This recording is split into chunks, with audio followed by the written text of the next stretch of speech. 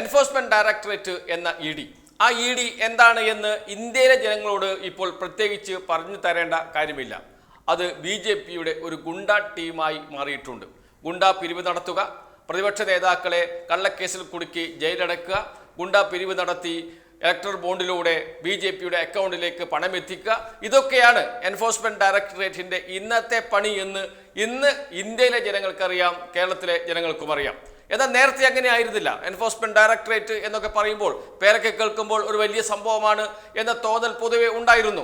കേന്ദ്ര സർക്കാരിന്റെ ഏജൻസിയാണ്, കേന്ദ്ര സർക്കാരിന്റെ ഏജൻസികളൊക്കെ നിഷ്പക്ഷമാണ് എന്ന ധാരണയും നേരത്തെ ഉണ്ടായിരുന്നല്ലോ. CBI എന്ന് പറഞ്ഞാൽ നിഷ്പക്ഷമായി കേസന്വേഷിക്കുന്ന ഒരു ഏജൻസിയാണ് എന്നൊക്കെയുള്ള ധാരണ പൊതുവെ മലയാളികൾക്കുണ്ടായിരുന്നു. സിനിമകളിലൂടെയൊക്കെയാണ് അത് ഉണ്ടാക്കിയെടുത്തത് എന്നതും നമുക്കറിയുന്ന കാര്യം തന്നെയാണ്. അത്തരം കേന്ദ്ര അന്വേഷണ ഏജൻസികളെല്ലാം ഇന്ന് BJPക്ക് വേണ്ടി ഗുണ്ടാപ്പണി ചെയ്യുകയാണ് എന്ന് ഏതാണ്ട് മലയാളികൾക്ക് മനസ്സിലായിട്ടുണ്ട്, ഇന്ത്യയിലെ ജനങ്ങൾക്കും മനസ്സിലായിട്ടുണ്ട്.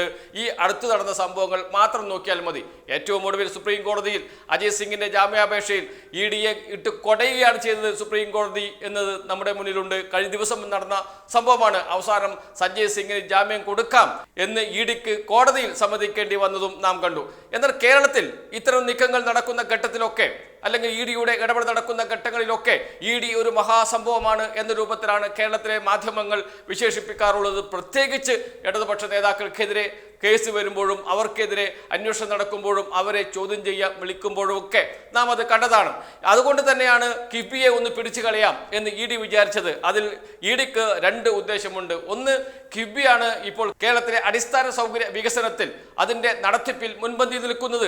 കിഫ്ബി ഫണ്ട് ഉപയോഗിച്ചാണ് എല്ലാ വികസന പ്രവർത്തനങ്ങളും നടക്കുന്നത്. ഇത്രയും സാമ്പത്തിക പരാധീനതയിൽ കേരളം നിൽക്കുമ്പോഴും എങ്ങനെയാണ് കിഫ്ബി പ്രവർത്തിക്കുന്നത്, എങ്ങനെയാണ് കേരളത്തിൽ വികസനം നടക്കുന്നത്?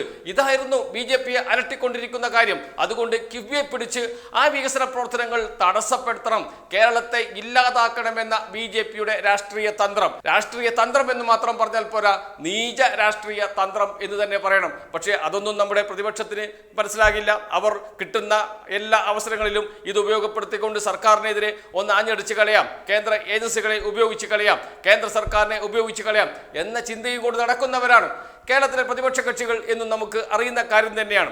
അങ്ങനെയാണ് കിഫ്ബിയുടെ പിറകെ പോകാൻ തീരുമാനിച്ചത്. രണ്ടാമത്തെ ഒരു കാര്യവും കൂടിയുണ്ട്. അത് കേരളത്തിലെ മുഖ്യമന്ത്രിയെ, കേരളത്തിലെ മന്ത്രിമാരെ കഴിയുമെങ്കിൽ ഒന്ന് വിരട്ടാൻ കഴിയുമോ എന്ന് നോക്കാം എന്നതാണ്.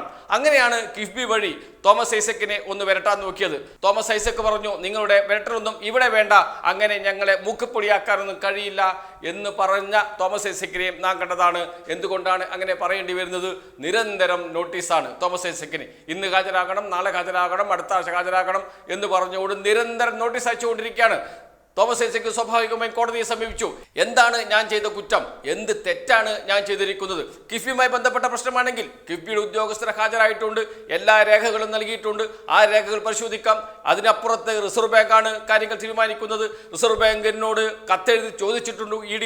അതിലൊരു തെറ്റുമില്ല. മസാല ബോണ്ട് പ്രശ്നമാണല്ലോ, അതിലൊരു തെറ്റുമില്ല, നിയമപരമായിട്ടാണ് മസാല ബോണ്ട് ഇറക്കിയിരിക്കുന്നത് എന്ന് റിസർവ് ബാങ്ക് കോടതിയിൽ അറിയിക്കുകയും ചെയ്തിട്ടുണ്ട്. പിന്നെ എന്താണ് ഇതിൽ ഒരു തെറ്റ് എന്ന ചോദ്യം അന്ന് തോമസ് ഐസക് ചോദിക്കുകയും കോടതി അത് അംഗീകരിക്കുകയും അയച്ച സമൻസ് റദ്ദാക്കാൻ ആവശ്യപ്പെടുകയും ചെയ്തു. പിന്നീടും വളഞ്ഞ വഴിയിലൂടെ ED നോട്ടീസ് അയച്ചുകൊണ്ടിരുന്നു തോമസ് ഐസക്കിന്. അപ്പോഴാണ് തോമസ് ഐസക്ക് പറഞ്ഞത്, വരട്ടെ, മൂക്കിൽ പൊടിയാക്കാൻ പറ്റുമോ എന്ന് നോക്കാം എന്ന് പറഞ്ഞത് EDയുടെ മുഖത്ത് നോക്കി. എന്ന് വെച്ചാൽ കേരളമാണ് EDക്കെതിരെ ഏറ്റവും ശക്തമായ പ്രതിരോധം ഉയർത്തുന്നത്. അതിന്റെ ഭാഗമായി വീണ്ടും കോടതിയെ സമീപിച്ചു, ഹൈക്കോടതിയെ സമീപിച്ചു തോമസ് ഐസക്ക്. ഇപ്പോൾ ഇതാ തോമസ് ഐസക്കിന് അനുകൂലമായ ഒരു പരാമർശം വന്നിരിക്കുന്നു. കോടതിയിൽ നിന്ന് EDക്ക് ഒരു കനത്ത തിരിച്ചടി തന്നെയാണ് അത് സംബന്ധിച്ച് വാർത്തകൾ വന്നിട്ടുണ്ട്.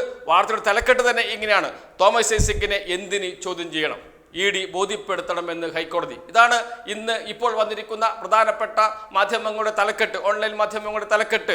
തോമസ് ഐസക്കിനെ എന്തിന് ചോദ്യം ചെയ്യണം, ഇതുമായി ബന്ധപ്പെട്ട രേഖകൾ ചൊവ്വാഴ്ച ഹാജരാക്കണമെന്നും EDയോട് ഹൈക്കോടതി ആവശ്യപ്പെട്ടു എന്നാണ് വാർത്ത.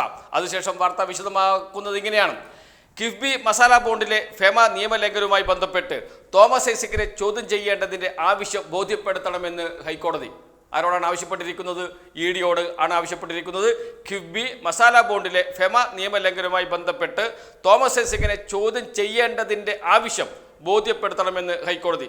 ഇത് സംബന്ധിച്ച് എൻഫോഴ്സ്മെന്റ് ഡയറക്ടറേറ്റിന് ഹൈക്കോടതി നിർദ്ദേശം നൽകി. കുറഞ്ഞ പക്ഷം കോടതി എങ്കിലും ബോധ്യപ്പെടുത്തണമെന്ന് സിംഗിൾ ബെഞ്ച് പരാമർശം. ഇതുമായി ബന്ധപ്പെട്ട രേഖകൾ ചൊവ്വാഴ്ച ഹാജരാക്കണമെന്നും ഇഡിയോട് ഹൈക്കോടതി ആവശ്യപ്പെട്ടു. കുറഞ്ഞ പക്ഷം കോടതിയെങ്കിലും ബോധ്യപ്പെടുത്തണം. തോമസ് ഐസക്കിനെ ബോധ്യപ്പെടുത്തേണ്ട കാര്യമില്ല, മറ്റാരെങ്കിലും ബോധ്യപ്പെടുത്തേണ്ട കാര്യമില്ല. കുറഞ്ഞ പക്ഷം കോടതിയെങ്കിലും ബോധ്യപ്പെടുത്തണം എന്നാണ് ഹൈക്കോടതി ആവശ്യപ്പെട്ടിരിക്കുന്നത്. എന്ന് വെച്ചാൽ ഇനി മുന്നോട്ട് പോകണമെങ്കിൽ എന്ത് കുറ്റമാണ് ചെയ്തിരിക്കുന്നത് തോമസ് ഐസക് എന്ന് ഹൈക്കോടതിയിൽ സിംഗിൾ ബെഞ്ചിന് മുന്നിൽ ഇഡി കൃത്യമായി വിശദമാക്കണമെന്നാണ് ഹൈക്കോടതി പറഞ്ഞിരിക്കുന്നത്.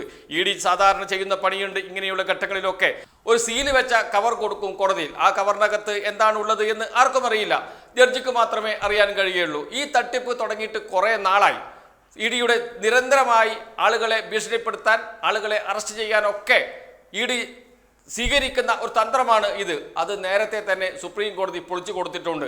സീല് വെച്ച കവറുമായി ഇങ്ങോട്ട് വരണ്ട എന്ന് സുപ്രീം കോടതി ചീഫ് ജസ്റ്റിസ് തന്നെ ഇഡിയോട് പറഞ്ഞിട്ടുണ്ട്. അതുകൊണ്ട് സീല് വെച്ച കവർ കൊടുത്ത് തോമസ് ഐസക്കിനെ ഒന്ന് വളഞ്ഞിട്ട് പിടിച്ചു കളയാം എന്ന ധാരണ ഇഡിക്കുണ്ടെങ്കിൽ അതുപോലും നടക്കാത്ത അവസ്ഥയാണ് ഇപ്പോൾ ഉള്ളത്. അതിനുശേഷം വാർത്ത തുടർന്നത് ഇങ്ങനെയാണ്: കടുത്ത നിലപാട് പാടില്ലെന്ന ഇടക്കാല ഉത്തരവ് നിലനിൽക്കുമെന്നും കോടതി വ്യക്തമാക്കി. നേരത്തെ ഈ സംബന്ധിച്ച് കോടതിയിൽ നിന്ന് ഒരു ഉത്തരവ് തോമസ് ഐസക്കിന് അനുകൂലമായിട്ടുണ്ടായിരുന്നു. കടുത്ത നടപടിയൊന്നും എടുക്കരുത് എന്ന് വെച്ചാൽ അറസ്റ്റ് പോലെയുള്ള നടപടികളൊന്നും എടുക്കരുത് എന്ന്. ആ ഇടക്കാല ഉത്തരവ് തുടരുമെന്നും ഹൈക്കോടതി പറഞ്ഞു. എന്ന് വെച്ചാൽ കളി ഇങ്ങോട്ട് വേണ്ട. കൃത്യമായ രേഖകളുണ്ടെങ്കിൽ, തെളിവുകളുണ്ടെങ്കിൽ മാത്രം ഇന്ത്യയിലെ ഏത് പൗരനെയും ചോദ്യം ചെയ്യാൻ പറ്റൂ, അങ്ങനെ പാടുള്ളൂ എന്ന കോടതിയുടെ, സുപ്രീം കോടതി ഏറ്റവും ഒടുവിൽ ദില്ലി മദ്യനയ കേസിൽ ഇഡിയോട് പറഞ്ഞ കാര്യങ്ങൾ വീണ്ടും ഹൈക്കോടതി ഇഡിയെ ഓർമ്മപ്പെടുത്തുകയാണ് ചെയ്യുന്നത്. കടുത്ത നിലപാട് പാടില്ലെന്ന ഇടക്കാല ഉത്തരവ് നിലനിൽക്കുമെന്നും കോടതി വ്യക്തമാക്കി. അറസ്റ്റ് നടപടികൾ പാടില്ലെന്ന ഉത്തരവ് ഹൈക്കോടതി നീട്ടി. കിഫ്ബി മസാല ബോണ്ടിലെ അന്വേഷണത്തിനായി ഇഡി നൽകിയ സമൻസ് ചോദ്യം ചെയ്തുള്ള ഹർജിയിലായിരുന്നു ഹൈക്കോടതിയുടെ നടപടി. ഫെമ നിയമലംഘനത്തിൽ അന്വേഷണം നടത്താൻ ഇഡിക്ക് അധികാരമില്ലെന്നുമാണ് തോമസ് ഐസക്കിന്റെ ഹർജിയിലെ വാദം. മന്ത്രിയായിരുന്നത് 3 വർഷം മുൻപാണെന്നും കിഫ്ബിയുടെ തീരുമാനങ്ങളെക്കുറിച്ച് കൂടുതലൊന്നും പറയാനില്ലെന്നുമാണ് തോമസ് ഐസക്കിന്റെ വാദം. കിഫ്ബി നൽകിയ രേഖകളിൽ നിന്ന് ചില കാര്യങ്ങളിൽ വ്യക്തത വന്നിട്ടുണ്ടെന്നും തോമസ് ഐസക്കിനെ ചോദ്യം ചെയ്യേണ്ടത് അനിവാര്യമാണെന്നുമാണ് ഇഡിയുടെ നിലപാട്. എങ്കിൽ ഇഡി ചെയ്യേണ്ടത് ഹൈക്കോടതിയെ ബോധ്യപ്പെടുത്തുക എന്നതാണ്. എന്താണ് തോമസ് ഐസക് ചെയ്ത തെറ്റ് എന്ന് ഹൈക്കോടതിയെങ്കിലും, മിനിമം സിംഗിൾ ബെഞ്ചിനെയെങ്കിലും ബോധ്യപ്പെടുത്താൻ ഇഡി തയ്യാറാകണം. അതിനുശേഷം നമുക്ക് കാര്യങ്ങൾ നോക്കാം എന്ന് പറഞ്ഞ് ഇഡിയെ മടക്കി അയച്ചിരിക്കുകയാണ് ഇപ്പോൾ ഹൈക്കോടതി ചെയ്തിരിക്കുന്നത്. നേരത്തെ ഏത് വിധത്തിലാണോ ഹൈക്കോടതി ചെയ്തത് അത് ഡിവിഷൻ ബെഞ്ചായിരുന്നു. സിംഗിൾ ബെഞ്ച് ജസ്റ്റിസ് ദേവൻ രാമേന്ദ്രന്റെ ബെഞ്ചിന്റെ വിധിക്ക് എതിരെയാണ് തോമസ് ഐസക് ഡിവിഷൻ ബെഞ്ചിൽ സമീപിച്ചത്. ഡിവിഷൻ ബെഞ്ച് സിംഗിൾ ബെഞ്ചിന്റെ ഉത്തരവ് റദ്ദാക്കുകയും ഈ കേസ് വീണ്ടും പരിശോധിക്കാൻ ആവശ്യപ്പെടുകയും ചെയ്തു സിംഗിൾ ബെഞ്ചിനോട്. അങ്ങനെയാണ് ആദ്യത്തെ സമൻസ് കോടതി റദ്ദാക്കിയത്. കോടതി റദ്ദാക്കിയതല്ല, ഇഡി പിൻവലിച്ചത് കോടതിയുടെ നിർദ്ദേശപ്രകാരം. അതിനുശേഷമാണ് വീണ്ടും ഒരു ഉഡായിപ്പുമായി ഇഡി വന്നിരിക്കുന്നത്. ആ ഉഡായിപ്പ് നടക്കില്ല എന്നാണ് ഇപ്പോൾ ഹൈക്കോടതി പറഞ്ഞിരിക്കുന്നത്. ഏതായാലും ചൊവ്വാഴ്ച കേസ് പരിഗണിക്കും. അതിനു മുമ്പ് എന്താണ് തോമസ് ഐസക് ചെയ്ത തെറ്റ് എന്ന് ഇഡിക്ക് ഹൈക്കോടതിയെ ബോധ്യപ്പെടുത്തേണ്ടി വരും. അതാണ് ഇപ്പോഴത്തെ അവസ്ഥ. ഏതായാലും ഇപ്പോൾ ഈ നിമിഷം വരെ ഈ കേസിൽ തോമസ് ഐസക് തന്നെയാണ് വിജയിച്ചു നിൽക്കുന്നത്. ഇഡിക്ക് നല്ലൊരു അടി, ഏറ്റവും ഒടുവിൽ കിട്ടിയ അടി കൂടിയായി ഇത് മാറിയിരിക്കുന്നു. ഇഡിക്ക് ലഭിച്ച അടി കൂടിയായി ഇത് മാറിയിരിക്കുന്നു എന്ന് പറയാതിരിക്കാനും കഴിയില്ല.